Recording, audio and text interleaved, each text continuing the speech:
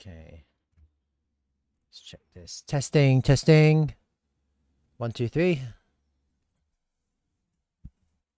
Testing, testing.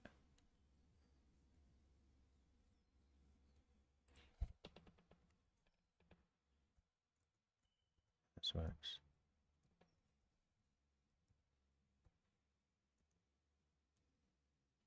There you go. All right, perfect. I don't usually wait for people. I just stream because they catch up. So hello, everybody. Welcome to Sunday. It's Bitcoin time again. I'm here in El Salvador. I'm here with my friend Eduardo. Hi, Hi guys. Hi, Vladimir. I'm here with the master, learning good stuff. So- Super interesting. So I met Eduardo and he's like, I want to learn how to trade. And I was like, okay, come watch. Here I am, such a generous man. Super interesting. He really knows how to trade. Okay, enough of that. All right. So where are we today? Chile, how's it going? Nice to see you. What time is it there? Let me know what time it is. I'm just checking my stream to make sure it's good. Yep, the bandwidth is good. The charts are good. Everything's looking good. And what should we talk about? Let's talk about Bitcoin. So what were we looking at the other day? Let me just pull up all this shit that I was looking at. Okay, it didn't go up to where I wanted it for the short, did it? So let's have a look at that. Short, lower, high. Let me have a look at the short, lower, high. There it is. Didn't get that. Where's that long SOS? Oh, that was from before. Okay, so we can delete that. We'll keep the short. Ah, we have an SFP there. Once, twice. Plus these brush strokes. Let's get rid of these. That's the SFP. That's the something. I can't remember. That's the something else. All right. So what I want to do first is update the volume. And then I'm going to have a look at the order flow. So let me just hide all of this. Okay. And I'm using the fixed range volume profile. And I'm going to have a look at the volume. Did I lose it?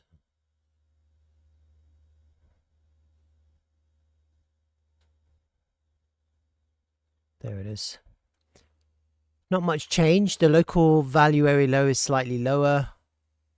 No real changes there. Let's have a look at the higher range volume and see what that looks like.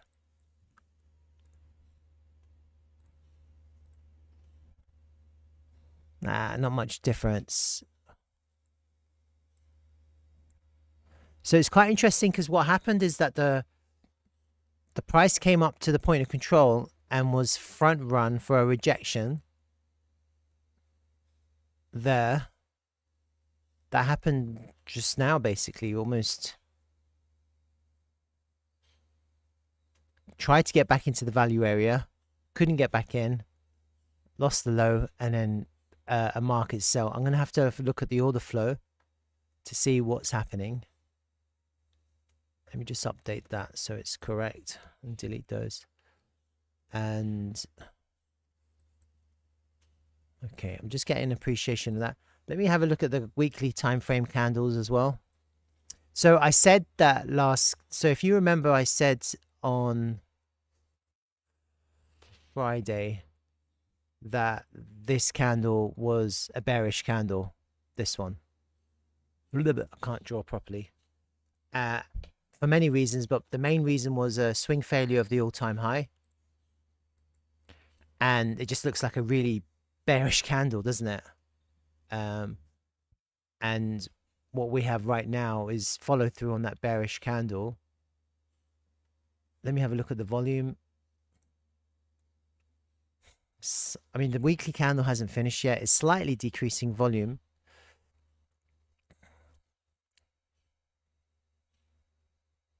Yeah, okay. Let's have a look at the daily candles.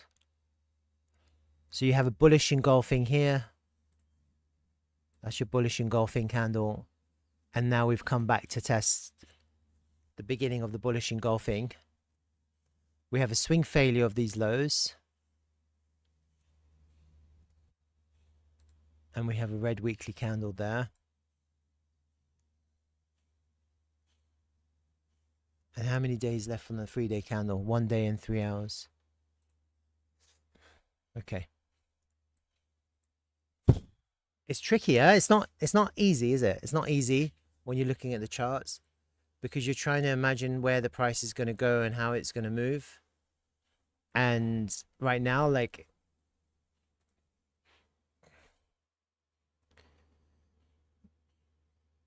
it's looking bearish.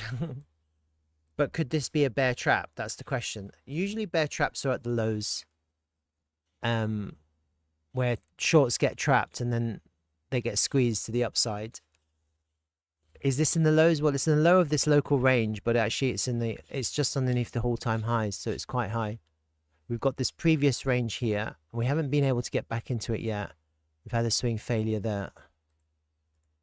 All right, I'm going to have a look at the order flow as well. There's a bit of a lag here. So this drop here, look at those liquidation bubbles. You got two big purple, pink, purple liquidation, another one there. Oh my God, there's a lot of shorts that came into there, didn't there? Increase in OI. This was a long close, and then you got short centered. Shorts closed. Some longs closed. Shorts entered, longs entered. The CVD, see the CVD's going up. So you're putting higher highs on the CVD. Here towards the tail end, like where the price is now, the CVD is kind of going up. And you're putting slightly lower highs. So you're getting slightly bearish CVD locally.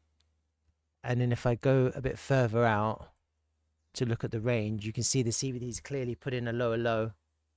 That was really bearish. So I don't know if you see this.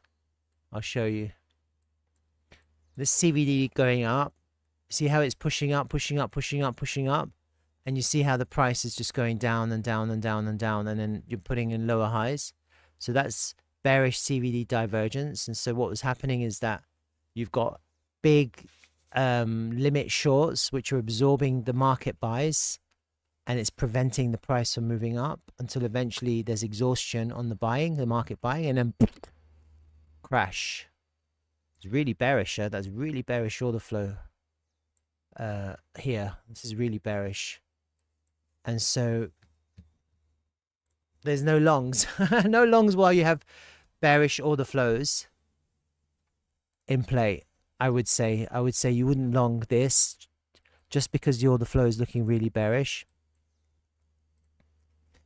And you clearly can't short this because you're at the low of the range. We have a range here. That's the range high. This is the range low. You can't short the range low. You can't long it because the CVD is bearish. There was a long to be had. It was the initial swing failure off that pivot. But it's finished now. That's done. So that long is played out. And then whoever took that swing failure would have taken profit by now. They'd be in a risk-free trade. So unfortunately, it's looking bearish. Unfortunately, what you have got on a higher time frame is you've got the all-time high. You've got, this is your higher low. That was your lower low. That's your lower high. That's your lower low. We're actually that's bearish market structure now on the daily time frame, because what's happened here is you've put in a lower low to put in a lower high to put in a lower low straight away. Yeah, do you see that? So you have a market structure change confirmed to bearish. So in effect, this was your higher low. That's your all-time high, which is your higher high. It went down to take out that low. That would be a lower low. So you've gone from a higher low to a higher high. to a lower low. This becomes your lower high, just simply because you've just taken out this low again, and that's confirmation. That's a market structure change confirmed to bearish. So we're in bearish market structure now. To change that, what we need to do is we need to go up and take out that high. That would be a higher high, higher low, and a higher high. And that would be a change of market structure back to bullish. Effectively, what we would need is an inverse head and shoulders pattern to form here to change that structure back to bullish. So right now the market structure is pretty bearish. Order flow is bearish. This isn't looking good for Bitcoin at the moment. That being said, we are coming into this previous range. We haven't entered the previous range yet. And so you've got the value area high of that local range there. You've got the value area low, and you've got the point of control. I'd be interested to see what happens here. Does the price manage to get back in, or does it find support off this previous range to take out that high? It's possible. And then the other thing I wanted to look at is the CME. Where is it? Have I lost that? No, it's here somewhere. There it is. Let's have a look at the CME gap, see where we are. So you can clearly see that on Friday, the price closed at whatever that is, 117235. And so that's where the gap is right now, 117235. I'm going to mark that off now. Look at SPs.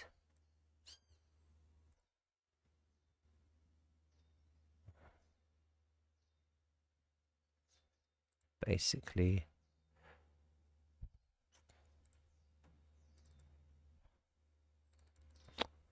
gonna have to refresh this because my chart has gone funny.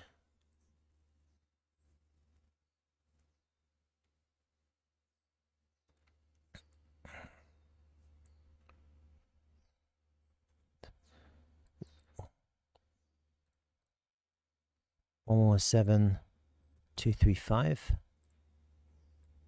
So we have a gap on the CME. CME is the futures market, which closes on Friday, reopens on Sunday night. I mean, typically when you get an open, the price goes all the way back to test to fill the gap before another rejection, typically. So I would actually think that there is a chance we do go up to fill the gap off this weekly close for continuation to the downside, because we are in bearish market structure unless we can take out that high, and that's going to be the test. So probably I would say on weekly close we'll probably grind up to fill the gap. Maybe we take it out, maybe we don't. If we don't, then it's a lower high and you're aiming for the lows again. And if you do, then you put in a higher high, and then there's a possibility that we can change market structure again back to bullish. I would say that's probably the highest probability on weekly close. And if you see these single prints that I had marked out, you see how the price came in to touch my single prints perfectly. That happened not so long ago. Look, 2 hours ago, look how it came down perfectly to touch my single prints. Yeah. You have a really nice reaction there, to be honest with you. So even though we've put in a lower low here, we have a really nice reaction. And potentially it's going to come and form support off this previous value area. So let's just kind of go back to the order flow now. I just want to see if we've created any new single prints. So let me just do that right now. I'm going to have to refresh this again. Another day of trading view and exo charts.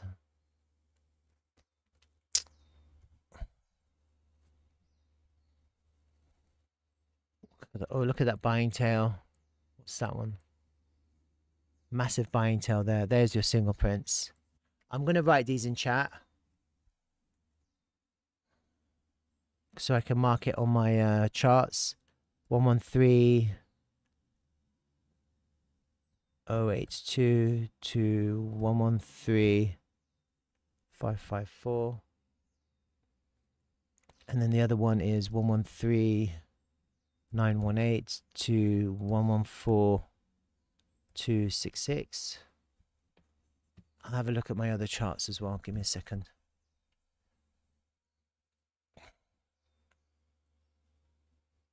I think. Let's have a look at this one. Basically the same block of fingerprints. You see that? It's all in one block. Okay, back to the order flow.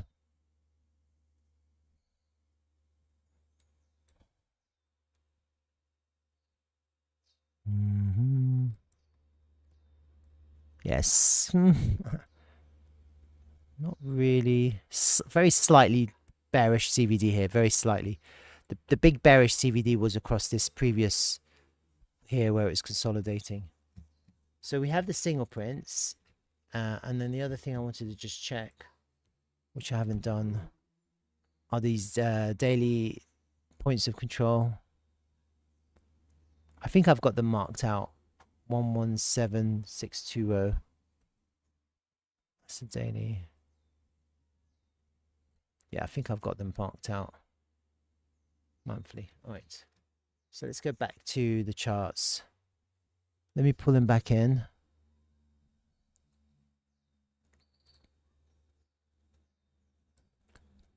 Delete that one, that's gone.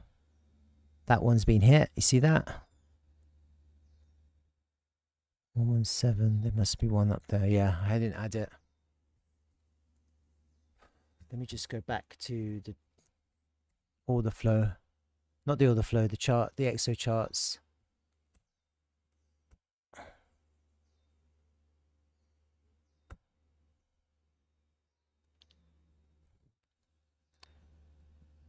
One 17640.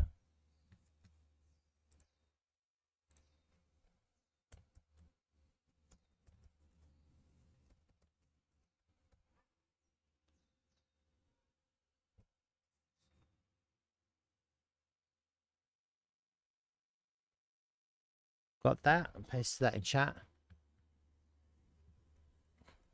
Okay. So I think we have an idea now of what's happening, don't we? Not yet. I'm just going to figure it out for us in a second. Give me 1 second. Let me just add these values. Naked daily point of control. 17640. Okay. Shit, there's a lot of resistance there, huh?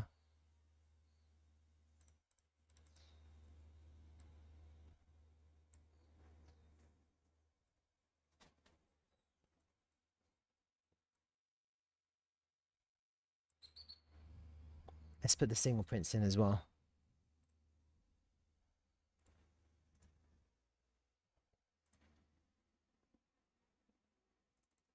I'll just do the whole block. 113.80082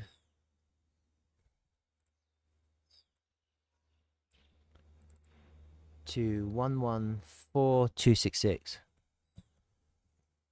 Right. Perfect. So you can see we've created single prints and the price is stuck at the moment. We've got a CME gap higher up.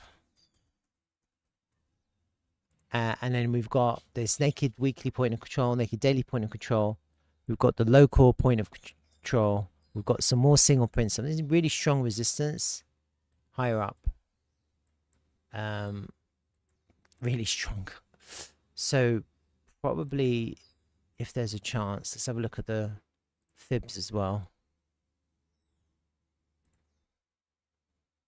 50 fib CME gap. I don't even know if we're going to get up to that big resistance, to be honest with you. But honestly, there's a very easy short somewhere there. And I think the entry would be possibly, it's a tricky one, but possibly a swing failure of those highs. But you might also get a lower high, and that's the thing. And this is the tricky thing about the entry. Ideally, you want, and we may not even get up there because we have this kind of trend line that's now formed off these last two pivots. You can see that. And we may not even be able to get up there. We might even just go up to fill this gap potentially and reject for a lower high here off that kind of intermediary trend line that's been forming. And so even though this is the best place to short, just simply because of all the confluence of liquidity, I don't know if we're going to get up there. Yeah. So usually what you want to see is you want to see that CME gap filled. If that happens, there'd be a short, but it doesn't necessarily mean, like, we'd have to see what happens here. Do you take out these pivot highs for a higher high here? And so effectively you'd be looking at this, something like that, take out the highs. And then who knows, like, it's just good areas to short. I don't know if I would long right now, just simply because of where we are. We've lost the local value area low. We've got bearish CVD. We've put in a lower low for market structure to bearish. And we've created single prints above the price here, which is naturally going to resist the price if it tries to go up. So, you know, possibly, honestly, it's hard to know exactly what's going to happen, but possibly there's a, if you get a reaction here, there's possibly a short right there as well. Sometime in the morning. That's assuming you get this kind of price action, which is going horizontal, then a little pump up into your area for reactions. You have to wait for the reaction. Otherwise, you have to let this play out and go for a short at the right place at the right time after you see the right price action, which would be up there at the local point of control. Just got to be careful, because once you go up there, then you're back into the range, and actually that's considered bullish to get back into the range. And so you, and also to get above this trend line. Otherwise, we're just going down there. This is shit. This looks shit. And if it looks shit, we might either go sideways and then down, or like I said, it might go up and then down. And we might not find a reaction here. We might just drop. I don't know, really. Who knows? Don't really know where to long, because we've had a massive rejection, haven't we?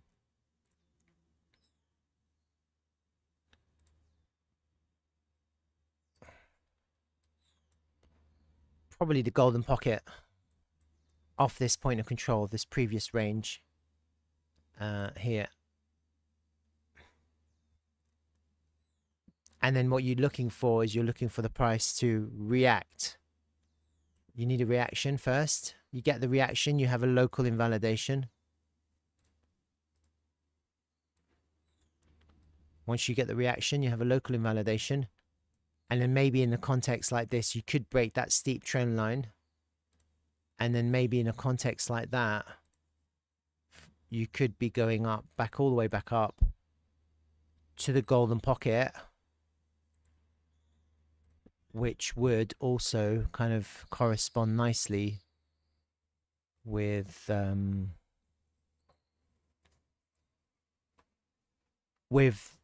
strong resistance, which is the local point of control here, and all these other liquidity lines that are all lined up. That's assuming you go down here to find a reaction at somewhere around here.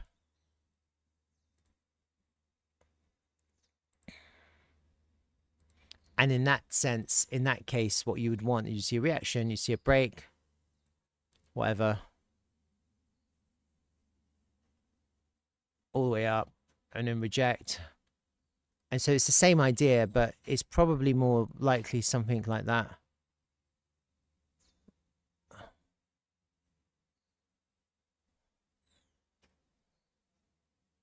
For a really nice short into the golden pocket on that area of confluence after you go down into the golden pocket here, into this previous range, and hit the point of control. And possibly you don't go down that far, to be honest with you, just looking at this.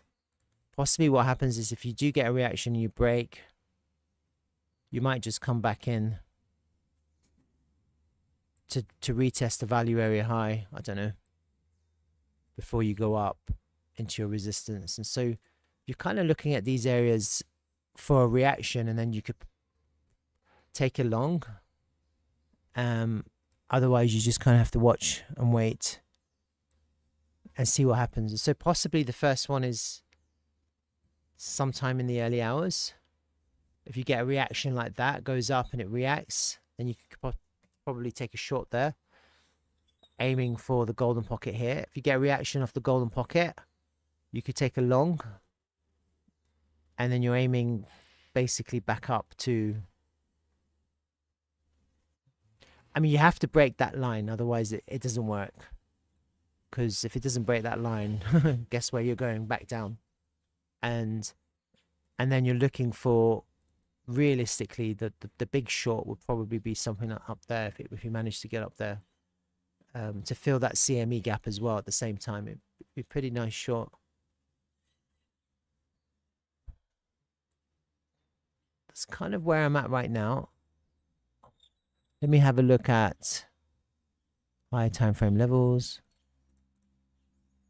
So now we're really messy because we have a lot of lines. There's a daily level in the value area low there, just underneath the golden pocket, into the naked monthly point of control. So this is the thing. This might actually go lower.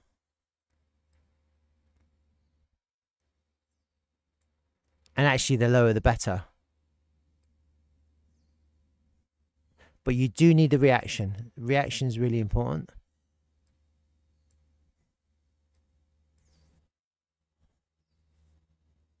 It's the same idea. It's just you're going lower.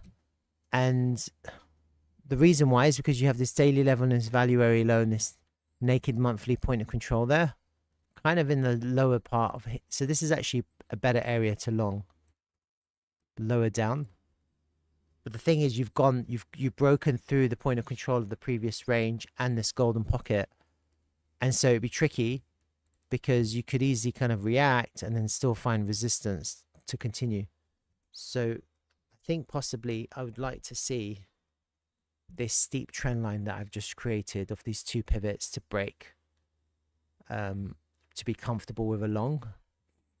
Or you have to go for the furthest level of confluence. And here, I think probably this daily level value area low and this naked monthly point of control is the better place for a reaction. And then you're just going back up to the bottom of, you want to break that line, and then you're just going back up to test, fill the gaps, etc. All right. So it's looking quite bearish right now, unfortunately. Let's just have a look at the price. Look, the price is still going up. So these can be quite deceiving because the price goes up and you get bullish, but you have to look at the order flow to see what's actually happening.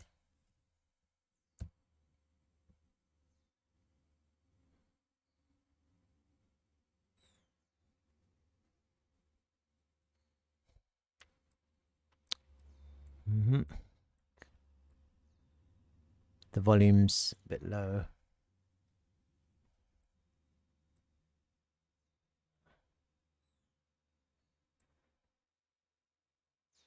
Yeah, nothing really. So probably bearish. Just because you're under the VWAP and daily open and you've had this drop.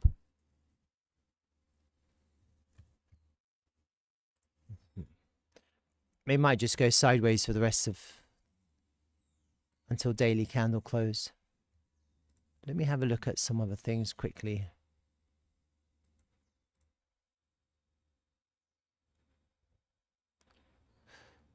I'm going to have a look at Bitcoin dominance, see what's Wow, it dropped her. Look at that. That's interesting.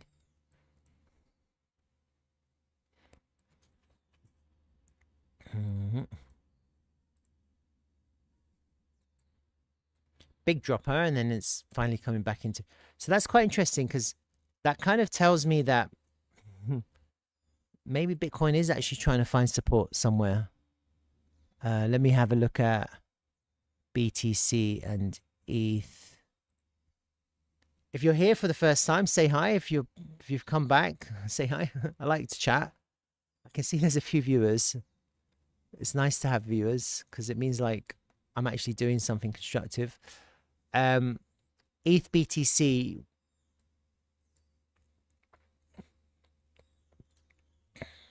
I mean, it's really bullish, isn't it?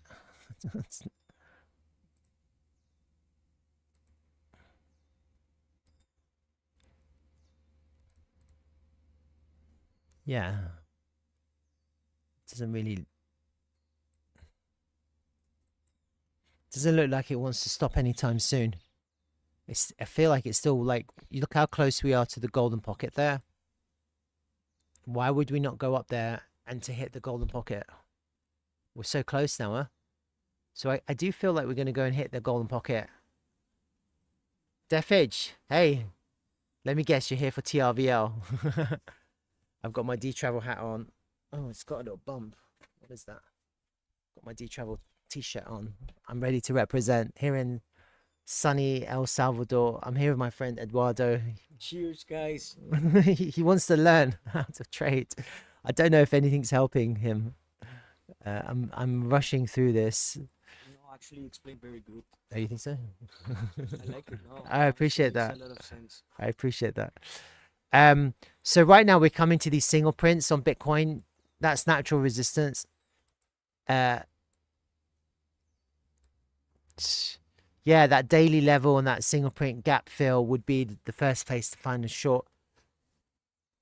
If it goes up now, it would still be a good place to short, to be honest with you, because you should get a reaction off a gap fill if it goes up now.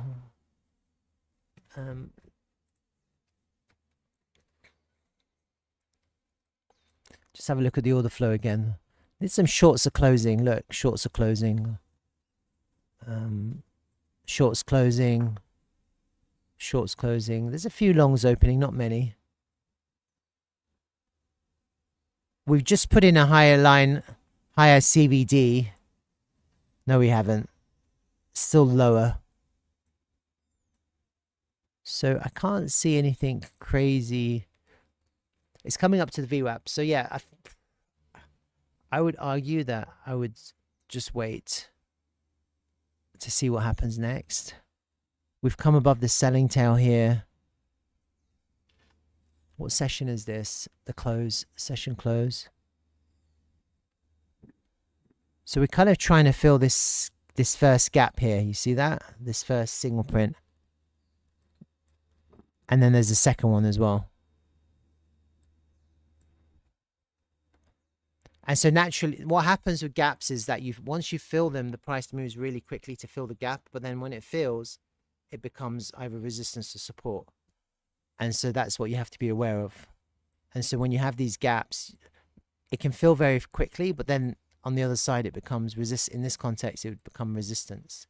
Technically, it would become resistance. It's a bit trickier. It's a little bit tricky today. And the other thing I wanted to just say, and this is really important, I'm going to hide all this shit.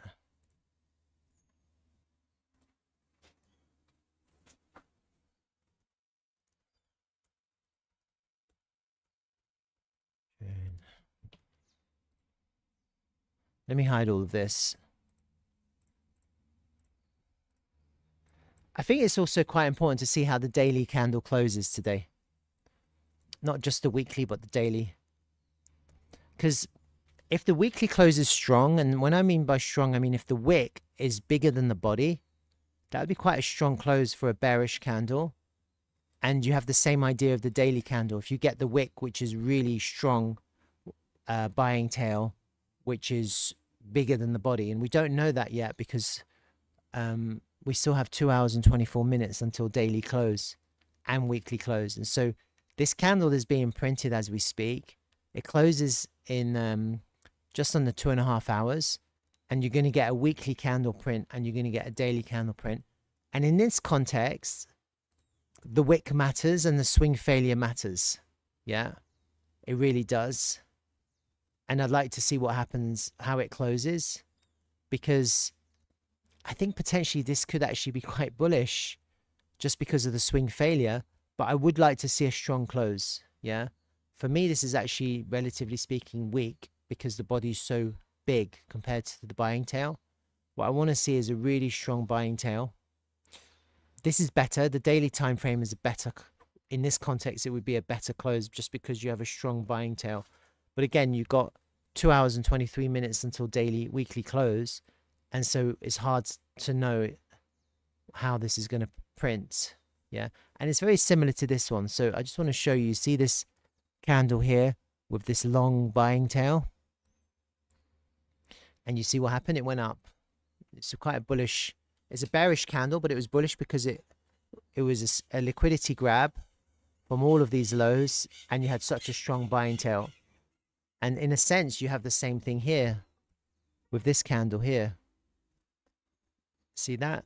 And so even though they look really bearish, they can actually be quite bullish if you have a really important swing failure. Even though the market structure is bearish, you have to realize that, again, this could quite easily go up to reject, to go down like that. Yeah. So there could be a bear trap here, only to lead to an actual lower high in the correct place to continue going down. That would look terrible, because that would look like a head and shoulders pattern, wouldn't it? Some kind of head and shoulders pattern. And then if you do get that kind of head and shoulders pattern, you're basically looking to go all the way down to here. And then the only way to long, if you get a head and shoulders pattern like this, would be to reclaim the neckline. You'd have to reclaim the neckline, and then you could long. Otherwise, the most likely scenario would be another rejection, another lower high for continuation to the downside. Yeah. So it is starting to look like a bit of a head and shoulders pattern here. We have to be aware of that. But I do feel like we probably need to go up first before we go down in this context. I don't know if we're just going to go straight down. All right. So that's Bitcoin. Any questions? If not, I'm just going to go straight into the next token, which is TRVL.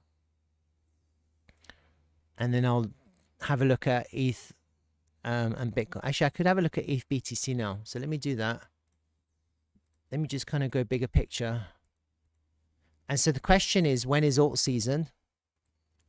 That's what's in everyone's mind. You could argue that alt season is here because look, ETH BTC is pumping. But at the same time, I've been talking about a specific condition which I'm looking for. Okay. And I'm going to show you now. If you go to the weekly time frame, if you have ETH and ETH BTC side by side, and I've talked about this a lot, and we're going back to the previous bull market, and basically I'm looking at ETH and I'm going, where was the best place to buy ETH? Well, here, wasn't it? I marked it out. See that? Here, and then you had a couple of other opportunities as well, like here, this back test of the neckline.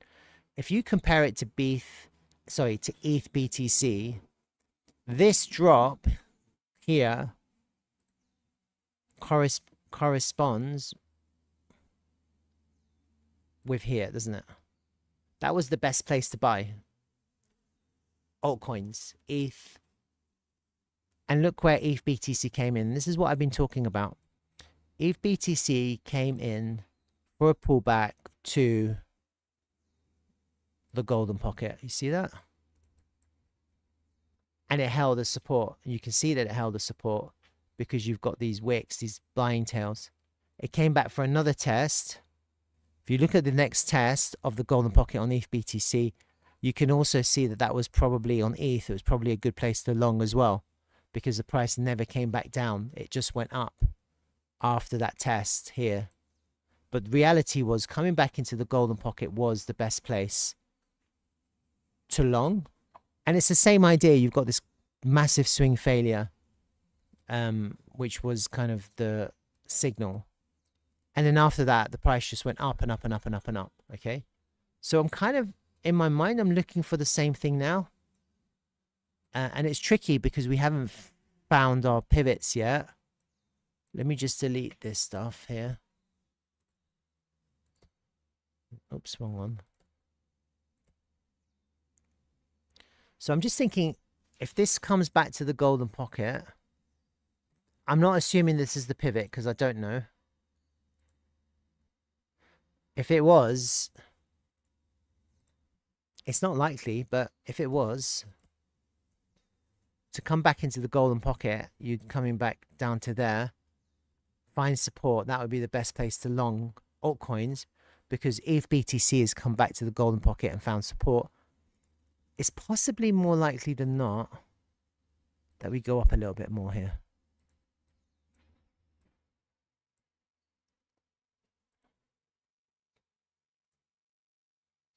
It's just a possibility. I'm not 100%. Maybe up to this 236. It's a tricky one because you kind of want confluence. You want it to come back to the golden pocket, but you're also losing this point of control. And that changes things a little bit.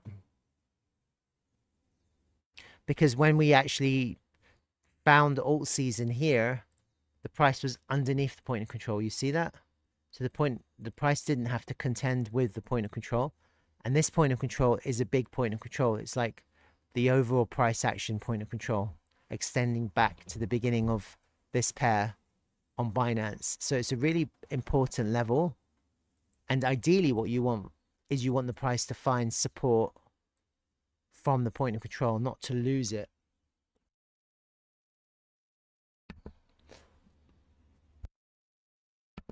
So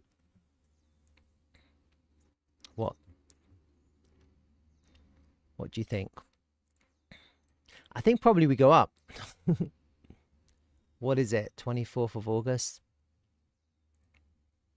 Maybe we go up again, huh? One more week.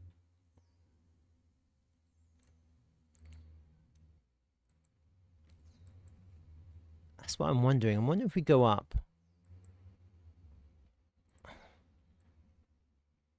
And maybe we don't come, I don't know. I don't know if we come back to the golden pocket because last time it did. I wonder if we come up and just come to the 50 fib for a long off the 50 fib, off the point of control. And the key is to find support. And so we have to find out where support is. But we've had slightly different conditions from the previous market. Because if you look here, we've kind of run, haven't we? We've run, we've running, and we're running. Whereas here, we didn't really run, did we? It kind of ran and then kind of consolidated. And then it was a lot slower. Whereas now it looks like we're going up like a rocket ship, doesn't it? And I don't, looking at this candle, this weekly candle, it doesn't look, that's not a topping candle on ETH BTC, is it? Just like last week wasn't a topping candle, just like the week before wasn't a topping candle. And looking at the daily candle, at the moment, this isn't a topping candle either. Yeah, at the moment, we haven't created the topping candle or a topping pattern. So in my mind, I think this is probably still going to go up, which makes me think that BTC probably is going to go up. That's what I'm thinking. And so I am wondering if we do get some kind of bear trap here over the course of the next week. But it may just do what I was saying to begin with. It may just be just to get a proper short at the right place, which was what I was imagining. A short in the right place, not just kind of this, whatever this is that's happening now. And I don't know if we're going to go lower or if we're just going to kind of go sideways and up. No one really knows. But it's good to just know where the good places to long and short are based on reactions, based on where the price reacts. All right. So that's kind of my Bitcoin update for today, tomorrow. I think I'm probably going to look again at this chart on Tuesday. All right. And I'll post it. I'm still doing Tuesdays, Fridays, and Sundays. If something happens and there's like a crazy update, I might just jump on and do a live stream tomorrow. But otherwise, if it's just going, sometimes it's good to look away from the charts and then come back. That's kind of where I'm at the moment. And then when it comes to alt season, we have to keep on looking. Huh? But when you look at the BTC dominance, let's just have a look at it again. It looks pretty bearish, doesn't it?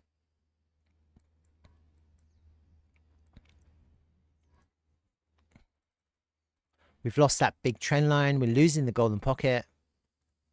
If you remember when I started streaming, we were up here and I said this is a bearish pattern. Back on the 6th of July, I said this losing that level there was bearish. And since then, whenever it was there, it was here. Since then, BTC dominance has dropped 11%. Back in my first stream on the 6th of July, when I returned, it's always possible for this to just temporarily pump and then dump again. You know, like no one really knows what's going to happen. Just because it looks bearish doesn't mean it can't go up. It's just food for thought.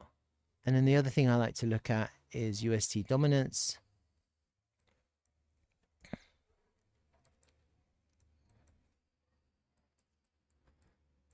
Harmonics. I am looking at a bullish harmonic here. If it comes into the right place. But that's way in the future. That's December. I'm just looking at these local kind of candles.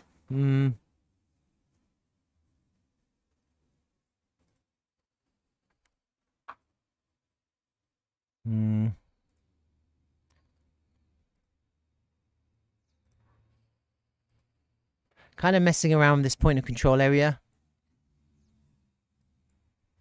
Let me check this crypto cap. Oh, that didn't work out. Sometimes you draw things and they don't work out, so it's always good. Let me just update this volume. Oh, wow. There you go. Look at that. So the point of control has actually moved up. Is it? Yeah, it has. Look at that. Point of control has moved up. And the price, or should I say the percentage ratio on these USDT combined charts, we're at the point of control right now. I wouldn't say we're finding support just yet. Looking at it, looking at how the price is reacting here, it doesn't look like we're finding support just yet. This 3-day chart candle was a bearish engulfing. You see that? And now we're getting the first 3-day candle pullback off that bearish engulfing. And that was a bearish engulfing on the daily time frame, and we've just had the first pullback. So I wouldn't say that we're finding support. If it's possible to kind of find support, then yeah, then maybe this is finding support. But otherwise, it looks like we're washing the point of control. And the more you wash it, the less important it becomes in the context of finding support, because you've washed it, you've washed it, you've washed it. You're clearing the liquidity from the point of control. So actually, eventually what happens is you just keep on making lower highs, which is what we're doing, lower highs. And eventually what you do is you drop again. So I kind of think that's still the highest probability outcome, even though currently when you look at Bitcoin, you're going, shit, it's crashing. What shall I do? Yeah. And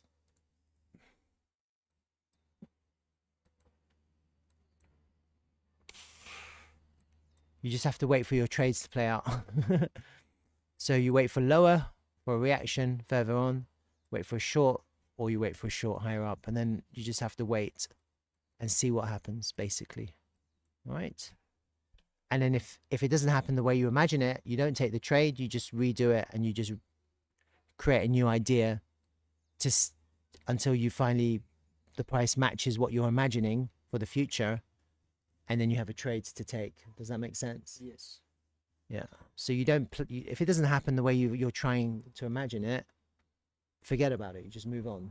Yeah, you have to be really systematic and unemotional about trading. Yeah, you can make a million trades, but what matters is the reaction. Yeah, it has to react correctly in the place that your area of interest. What time frame do you look for reactions? Uh, all the way down to 30 minutes, 15 minutes, even 5 minutes. Yeah, and reactions are like wicks. You get these wicks. That's what you're looking for, a reaction. So you see here, it came down to the 50 fib. See that wick? That's a reaction. So if any, Be a confirmation. well, it's a reaction. And so if someone wants to long, they have a very easy invalidation. That's your invalidation, yeah, because you've had a reaction. And so if you're longing now, you have it's a wide invalidation, but it's an easy one because you have a reaction off a level of, and it's a perfect reaction. You see that? Yes. That's a perfect reaction there. So you know that that support is holding a support, and therefore you don't want to lose support. So if you have an invalidation there, the price comes down, you're stopped out because you're not expecting, look, if you're longing, you're not expecting the price to go down. So that's why you never move your stop loss, because if you're longing, you expect the price to go up. But you can only long when you have an invalidation. You only have an invalidation when you have a reaction.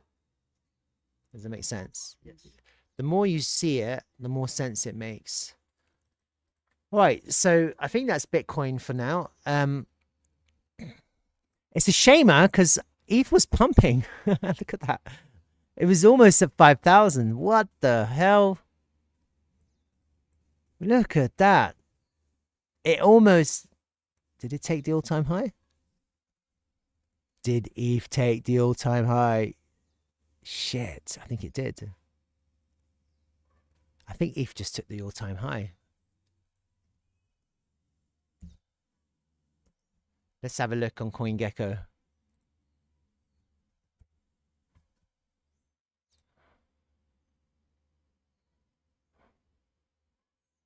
Does it say? 3 hours ago, look at that all-time high. Shade on the $5,000. Wow.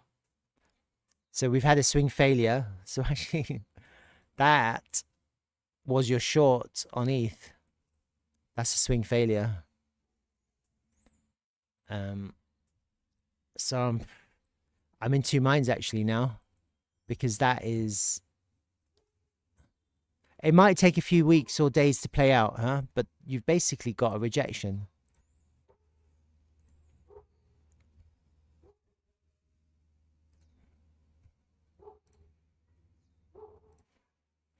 And it's not a swing failure, it's a failed auction. And actually, look, we actually took out the all-time high on Friday, didn't we? So we took out the all-time high. We came back up to test it, came above it, rejected. That's a failed auction. So we've taken out the low there.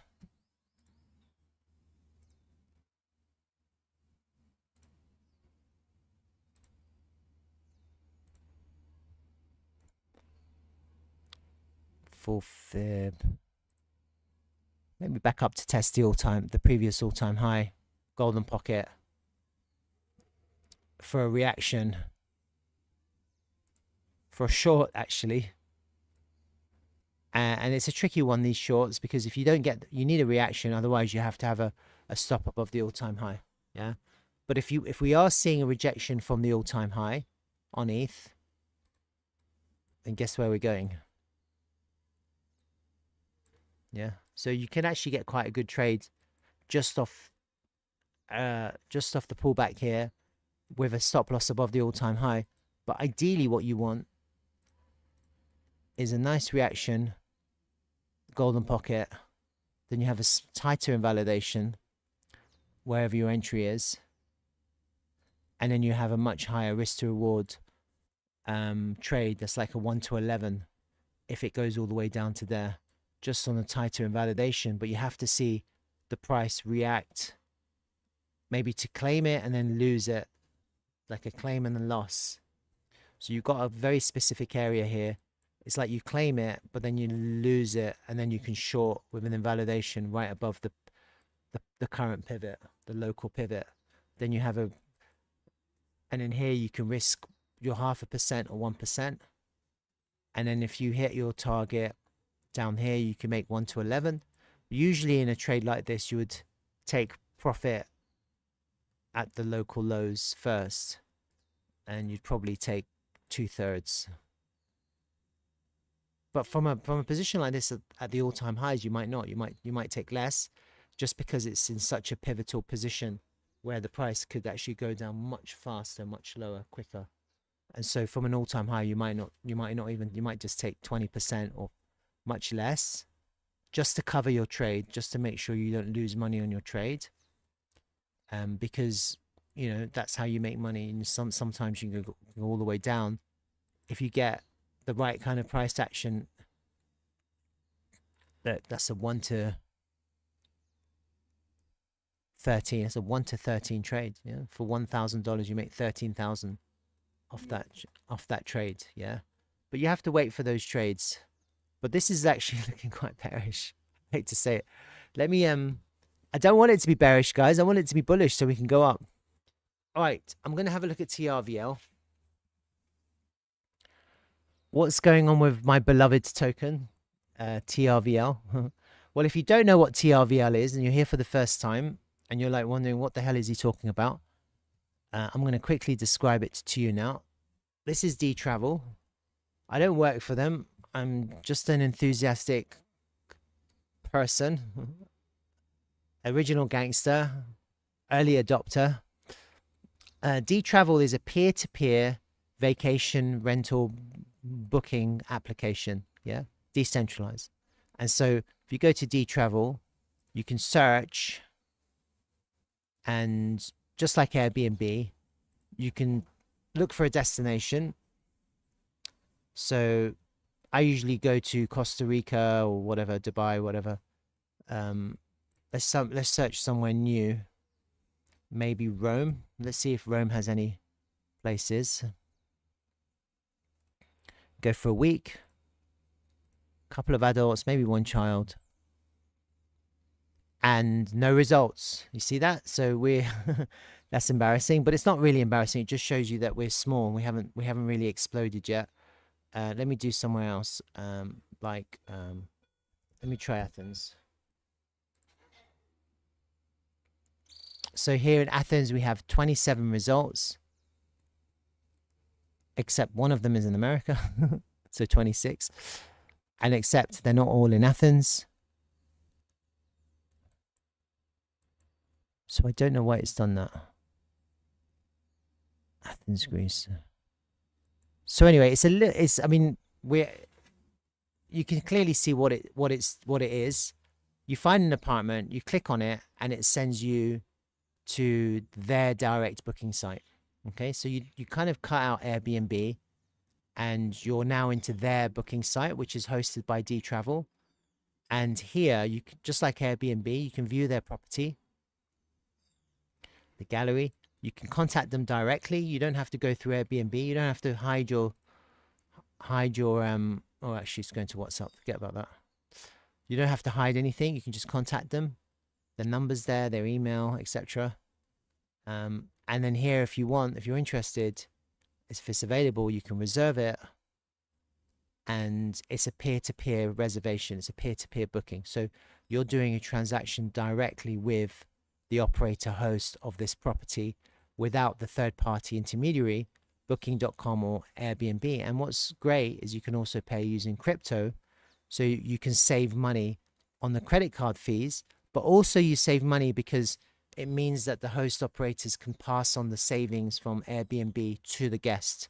And so Airbnb charges 15% plus tax. I think booking.com is about 20% plus tax. And you can save that. You can save it. Either the host can make more money or the guest can save more money.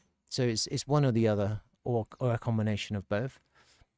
I have my own direct booking site, which I've had on D-Travel now for 3 years. It's this, Direct Stay London. I've got my own domain name, but it's hosted by D-Travel, and anyone can do that.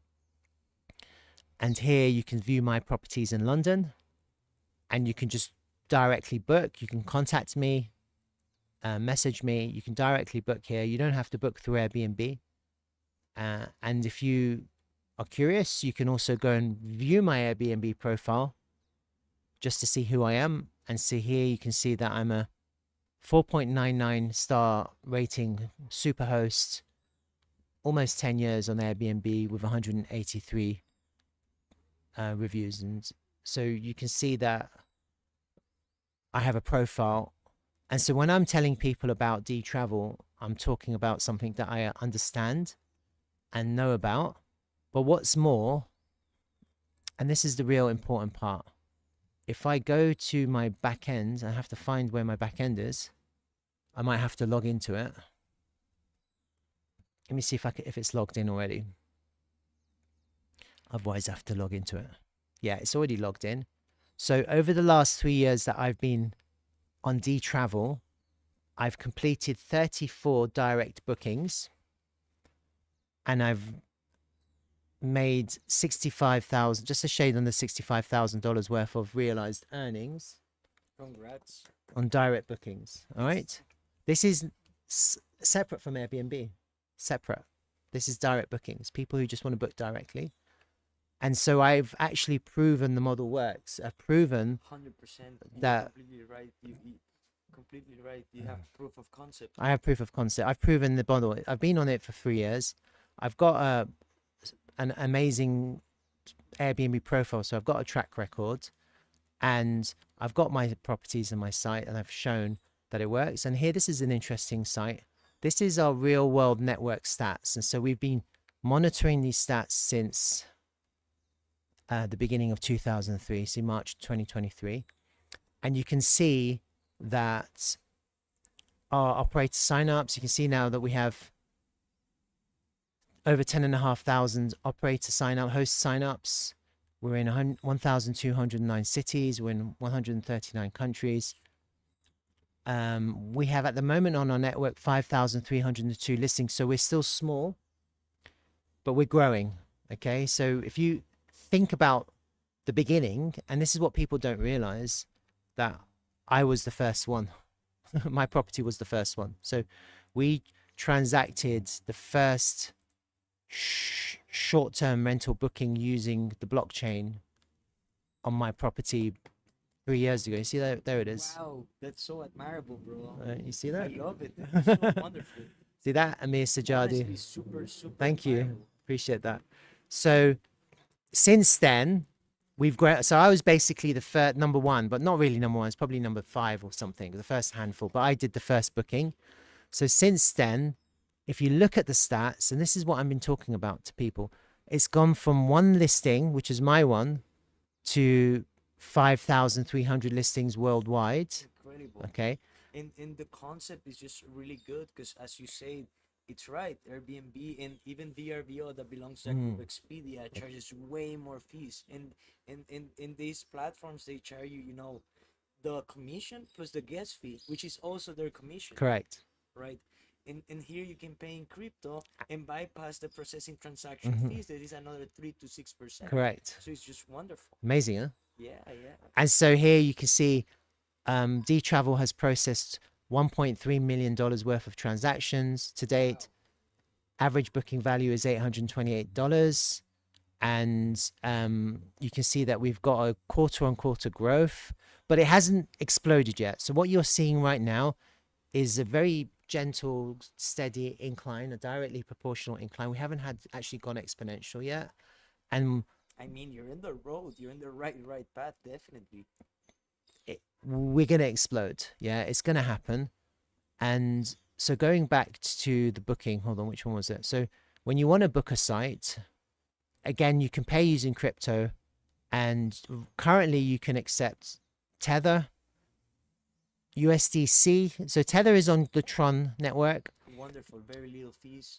USDC, this is on Base, so on Coinbase, Ethereum layer 2. That's the new one, yeah. That how it's called, this wallet from the US. Yeah, that one. Coinbase. The Coinbase one, yeah. The CB wallet, yeah. That blockchain is very interesting. It's Ethereum based, as you It's say. Ethereum layer 2. Fees. Yeah. It hasn't exploded yet, but a lot of good projects that I've seen there. Coins, very, very interesting base. So we were actually our base, our chain is our blockchain is using base. That's very advanced actually, man. Mm, Because basis is kind of recent. it's recent. It's not like yesterday, No, no, but no. from all these blockchains from big corporations Mhm. is fairly new. So that's wonderful. We're on Matic, which is a layer 2 on ETH. TRVL, you can save 10% if you pay using TRVL. That's on base. ETH is on ETH.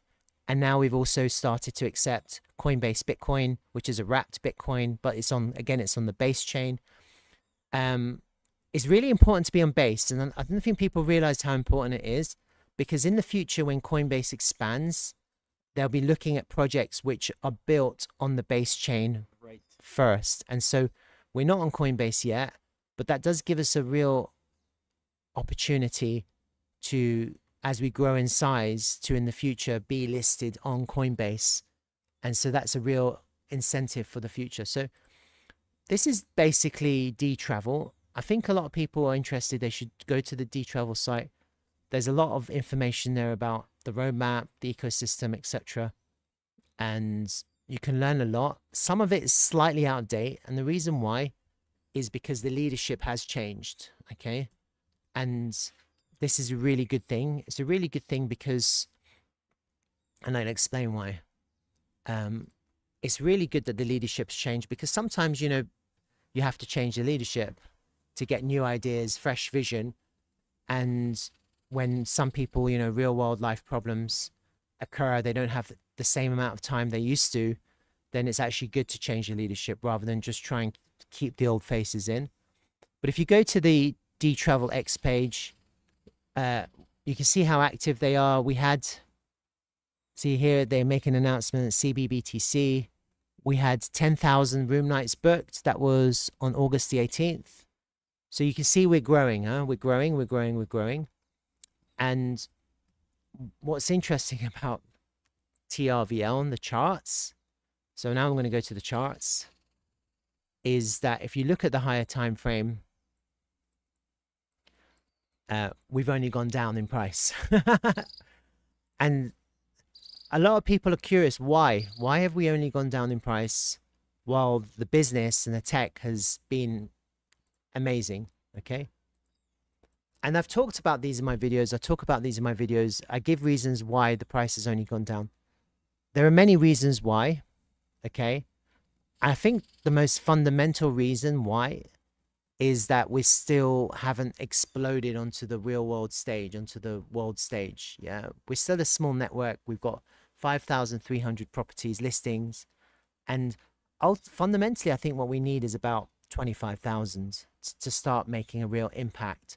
That would be about 200 properties per country. And so naturally, when you look at the D-Travel app, you can see that there are some countries which have no properties, like El Salvador, where I am now. Okay, so I'm in El Salvador. And one of the reasons why I came to El Salvador is because I wanted to change this, where you search for El Salvador and no results in this area. It makes no sense, because El Salvador is becoming a crypto hotspot, crypto destination. It's also a really beautiful place, holiday destination, surf destination, mountains, volcanoes, lakes, waterfalls. And you can see that there's no listings, and actually there's hundreds and hundreds of Airbnbs, maybe more. And it's not hard for people to be on Airbnb and D-Travel, because I've shown that it's possible. I'm on Airbnb, I'm on D-Travel, and I'm on booking.com. I'm on all three. Okay. And it's not mutually exclusive. You don't have to be on one and not the other. You can be on all of them. The calendars sync. That's not a problem. And so for a place like El Salvador, where there's a transaction fee for Airbnb, plus maybe a bank transfer fee, maybe credit card fees, there's lots of fees. And here, the value of money is a lot higher than in other countries. And so the small dollars matter.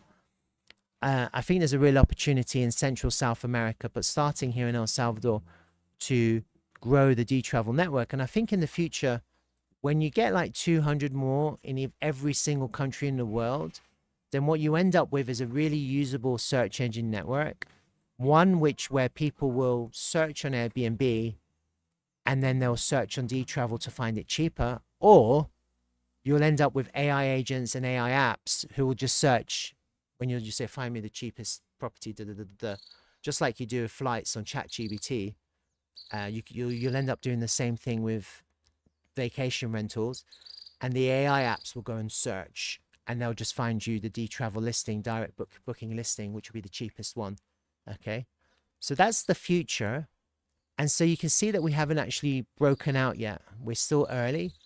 And when you look at the token price, again, going back to why has the token dropped so much?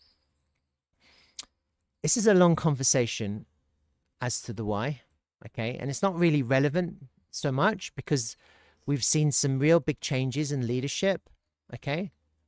And that's had you can see that we're bottoming out here. For a lot of people who don't know me or have never seen me before, don't know who I am, I am quite active in the D-Travel Telegram. I'm going to show you now. And basically, I predicted the bottom. Let me see if I can find out. Let me find out where I wrote it. I have to search on. There it is, here. I was having a conversation on Telegram with other people in D-Travel, and we're having a little bit of an argument, and forget about the argument because water under the bridge. But here I wrote, there's no quick recovery, and we'll bottom out. We'll bottom on the 3rd week of April. On the 3rd week of April. Just watch that, okay? And if you look at the chart, we bottomed out on the 14th, between the 14th of April and the 21st of April. Do you see that? Yes. So in February, I predicted that that's when we're going to bottom out, okay? And then what else is interesting? So I don't think it's luck. People might think, oh, he's so lucky. Because I took a break from my streams, and there's a little bit of history there. But when I restarted my live streams again, yeah. If I go back to my first restart, it was 5 months ago, 1 month ago. Here it is. And you'll see that I started my stream on the 6th of July, 2025. Okay. And if you look at the daily chart on TRVL, you'll see that the 6th of July is there. Seek analysis. Wow. And very accurate. The price is, since then, the price is up 107% since I restarted my. Insane. You see that? So I predicted the bottom in the 3rd week. Actually, I was slightly off. It was a bit earlier. Doesn't really matter. And then I restarted my live streams again at the bottom, telling people, buy the fucking token. You know, this is a good place, good time. So I'm not trying to blow my trumpet. I'm just trying to say that I know a few things about some things. Do your own research, not financial advice. And I really feel that this token is a really good opportunity for the reasons I explained fundamentally, but also I'll explain something technical. And so I am very technical when it comes to the charts. And basically what I'm looking at is fib time. A lot of people don't really use or understand fib time. And I talk about fib time a lot, but not a lot because most people don't understand it. I just have to find the right one. Where are you, fib time? I'm going to go to my MEXC chart. Which one is that? Is that the one? Yeah. If I go to my MEXC chart. Oh my God, I've got lots of brush strokes. Let me get rid of them. This is when I do crazy shit. You got the fib time. So what we have, so what I'm imagining with TRVL from the initial launch, which was at the end of 2021, basically November 2021, the price of TRVL went up to $1.56. That was the all-time high. And then we've seen this crazy correction And what I'm imagining is that this correction is a higher time frame WXY correction without the initial impulse. Yeah, we have a launch price of 9 cents, and what's happened since then is it's gone up to $1.56, which was the all-time high. It's come all the way down to the all-time low back in April, a shade under 0.5 cent or around 0.5 cent. And what's interesting is that when you do a fib pull from the all-time high to the all-time low, the 50 fib lands perfectly at the token launch price at 9 cents, which is our SR flip, our support resistance flip. So there's quite strong technical confluence on these levels. And to me, that suggests that this is probably the bottom. This is probably the bottom, just because of the way the fibs have lined up perfectly with the all-time high and the 50 fib coming in perfectly at 9 cents. If anyone's been following TRVL, you'll know that 9 cents was our crazy strong resistance area and support area, and that was also the launch price on all the centralized exchanges. So since then, what we've done is we've done a massive WXY, which this is what I'm imagining, a big WXY, and based on fib time, that's how I was able to predict the bottom in April, because my 1.16 and my 1-to-1 here, there was a confluence of fib time, and that gave me roughly the area of the bottom. And the reason why I was confident about that is because the previous fib time gave me the top, the previous fib time gave me the bottom, the previous fib time gave me the top. So these fib times are playing out perfectly. And so while they play out perfectly, you just have to flow with them. Yeah, you just can't ignore them. And so naturally, the next fib time that I have is the end of December. And there's a confluence of fib time somewhere in the last 2 weeks of December. So what I'm thinking right now is that we're just going to work our way up and up and up and up and up and up until we pivot. And in the context of this token, my target for a lower high is 17.5 cents, which would be the golden pocket. We just have to see what the volume is like, and we just have to see how the price ascends. That wouldn't be a place to buy, that would be a place to sell, but it would be quite bullish, even though on the higher time frame it's potentially a lower high. Yeah, it'd be quite bullish, because what you're actually experiencing in the context of, say, this pivot here is some kind of V-shaped recovery, and V-shaped recoveries are bullish. Yeah, and it might not go up to 17.5 cents. It might just quite easily reject at 9 cents again for a lower high, slightly lower down at the 50 fib. It would still be a V-shaped recovery in this context. But the thing is, if you do get a V-shaped recovery here, then you need to hold the 50 fib as support. And in this context, if I imagine 9 cents being resistance, then the 50 fib would basically give us the previous all-time low, roughly at around 2 cents, which is correct, because for a V-shaped recovery, you don't want the price to go down below the 50 fib. That's kind of where it goes down to break out, to continue, and that's really bullish. But a V-shaped recovery would only be valid if you were able to take out the pivot highs there. I think conservatively, this is what I'm looking at. A rally all the way up to 9 cents. And I'm not saying that we're not going to find resistance. And this is the thing, people are freaking out, because what happens is that you get really strong fluctuations in price, because it is a low market cap token. It's relatively illiquid. And so naturally, you know, when people sell and market buy, the price can go up and down quite significantly. Like, look, it went down 3% in the last hour and it's back up. 3% is quite a lot. Yeah. And when you get these kind of big market buys, the price goes up 14%. So you get these quite significant swings that can scare people, because they're like, oh my God, my portfolio is up 20%. Oh my God, it's down 28%. Oh my God, it's up 50%. What shall I do? Shall I buy? So, you know, like, it freaks people out. I think the best thing to do when you're looking at TRVL is just focus a little bit on the higher time frame. Try not to make your decisions based on lower time frame candles. Look at the higher time frame. And also you're looking at higher time horizons as well. Because right now, I'm not really contemplating to sell unless we get to maybe 3 cents, which is the previous point of control, the previous range point of control, which also corresponds with some kind of, potentially some kind of fib level. And so you're kind of looking for confluence. It's always about confluence. So if you do a fib pull from the pivot high to the all-time low, you've got a perfect alignment of the previous range point of control with the golden pocket there. You have pretty strong confluence of resistance there.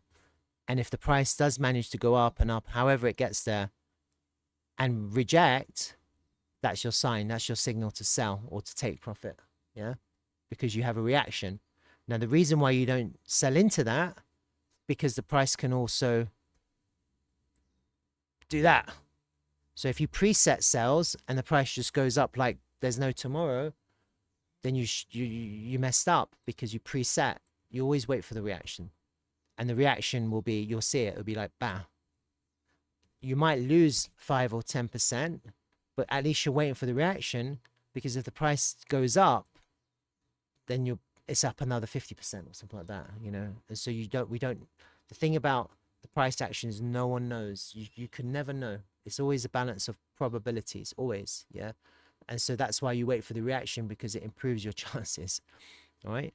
But I think on D-Travel TRV, I'm really bullish on this.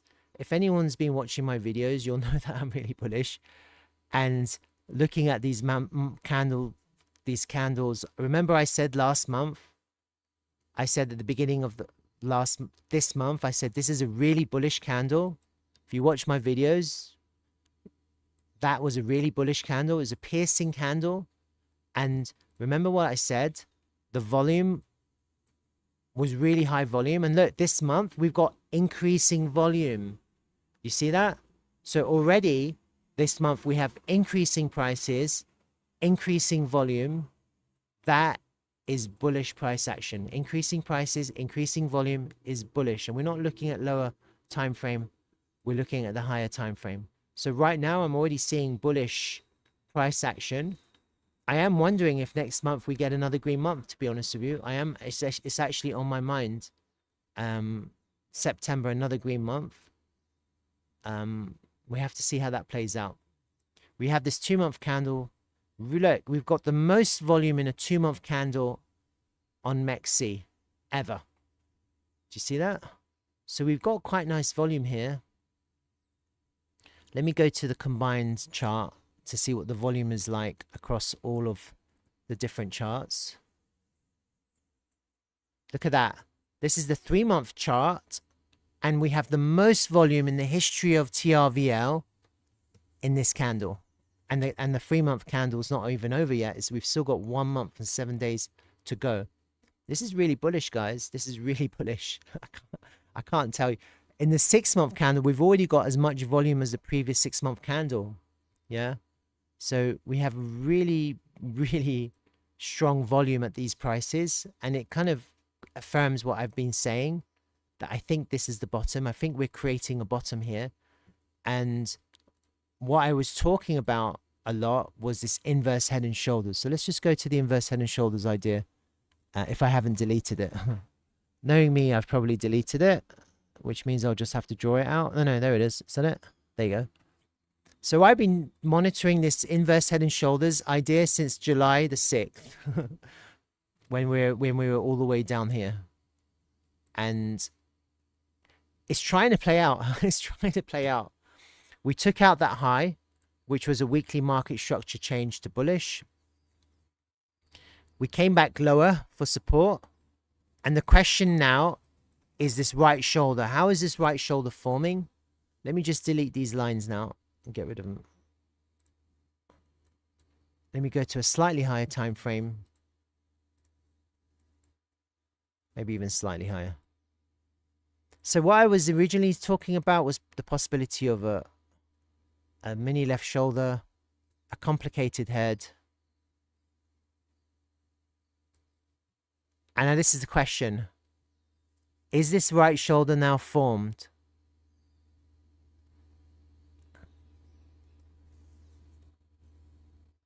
And the only way to know is with a high volume break of the neckline. That's the only way to know. What we would need is a break. Bam. Higher high. That would be continuation of bullish market structure. Maybe a black back test. And then if we do manage that, then I would say in this context, the target is 3 cents. So from the current price, target's probably around 170% increase in value from the current price if we get this price action. Now, I just want to make people aware that this right shoulder may not be complete yet. Okay, we don't know. It's possible that it's possible it's kind of something else. It's a more of a weirder right shoulder. But what we don't want, and I just want to make people aware of this, what we don't want is that. That would start to look a bit problematic, because it would then look like we can't even get back up to the high there. And now if we come and take out this low, it could start to look bearish again. If you get that, then you're probably looking at something slightly different. Maybe some kind of flat top triangle, some kind of wedge, something else. Okay, we'd have to evaluate that if and when that happens. I can't predict that. No one knows. I just want to make people aware that I don't really want to see the price now come and take out these lows. And in the context of the volume, I really don't want to see the price lose this local point of control. It is possible in this context, and just to make you aware, that we come back for a test of the value area high here. Like I said, a more, not a straightforward right shoulder, a little bit more of a complicated right shoulder, just like we had a complicated head. And then in that context, what you could possibly do is you could just kind of do a little mini trend line there, like that. Could we come back down just to test the value area high, back test this trend line again for another push up? Yeah. And we'd have to we'd have to see the selling continuously decrease and the buying to increase. Yeah. So at the moment it's looking quite good, but what we need through that neckline is a strong break with volume, maybe with a back test. But in crypto, you rarely get back tests if the price starts to move, and then we're going to pump up to 3 cents. That's kind of my target.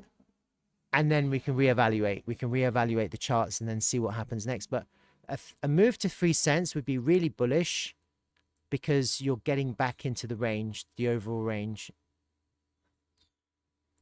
That's the range. And if you can move up to 3 cents, you're back in the range. To reclaim a range is bullish. And then this whole thing becomes a deviation from the range. That would be bullish. And then all you need to do in the future is just hold 2 cents as support. If you can hold 2 cents as support, then you're probably pumping to higher prices, probably. That's kind of the highest probability. If you can break in back into the range and then hold 2 cents as support, then you're looking to go much higher. Yeah. So that's TRVL. If anyone's interested in TRVL, then the Telegram channel is there for you. No more arguments, I promise. Not from me anyway. But there's a lot of things going on there. Have a look. You can see buying, new booking process. You can see what properties are booking, new buys, new users, new buys, buy, new users, new booking process, new booking process. You see there's activity, new users. If you're interested in the announcements, Andrea, she posts stuff here. And so now she's posting a lot about CoinFest Asia. That's where she is.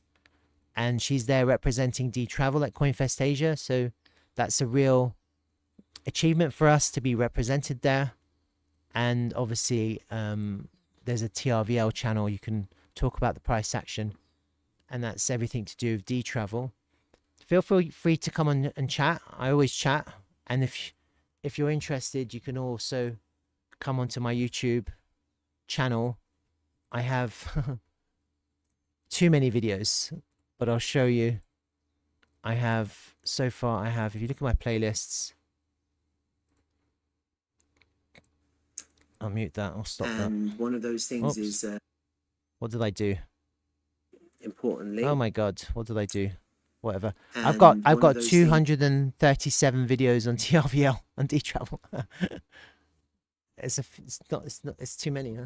I don't know. Nothing beat consistency and persistence. Yeah, there you go. So anyway, that's D travel. There's a little bit of insight. I didn't really go into much depth about the local price action. I think we have a chance of an inverse head and shoulders breakout here, and that I'm kind of closely following that.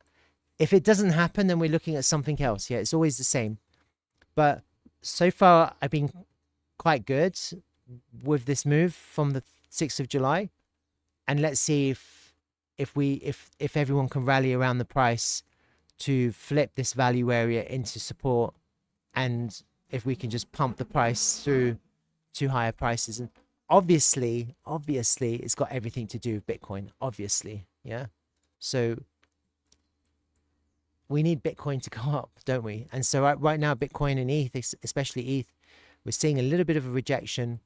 And so until they find support, maybe something like in the context of ETH, it would be the bottom of this local range. And then Bitcoin, I talked about Bitcoin, about where the price could find support. Who knows? Like, we have to see what happens, okay?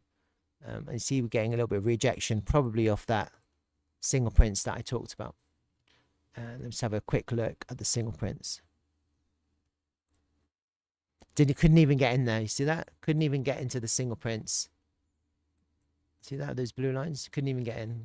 It was rejected, and then it's getting rejected. But if it fails, it'll go up quite quickly. All right, so that's TRVL Detroit. If you like this video, then please like it and write a comment and say hi. So what do you do here?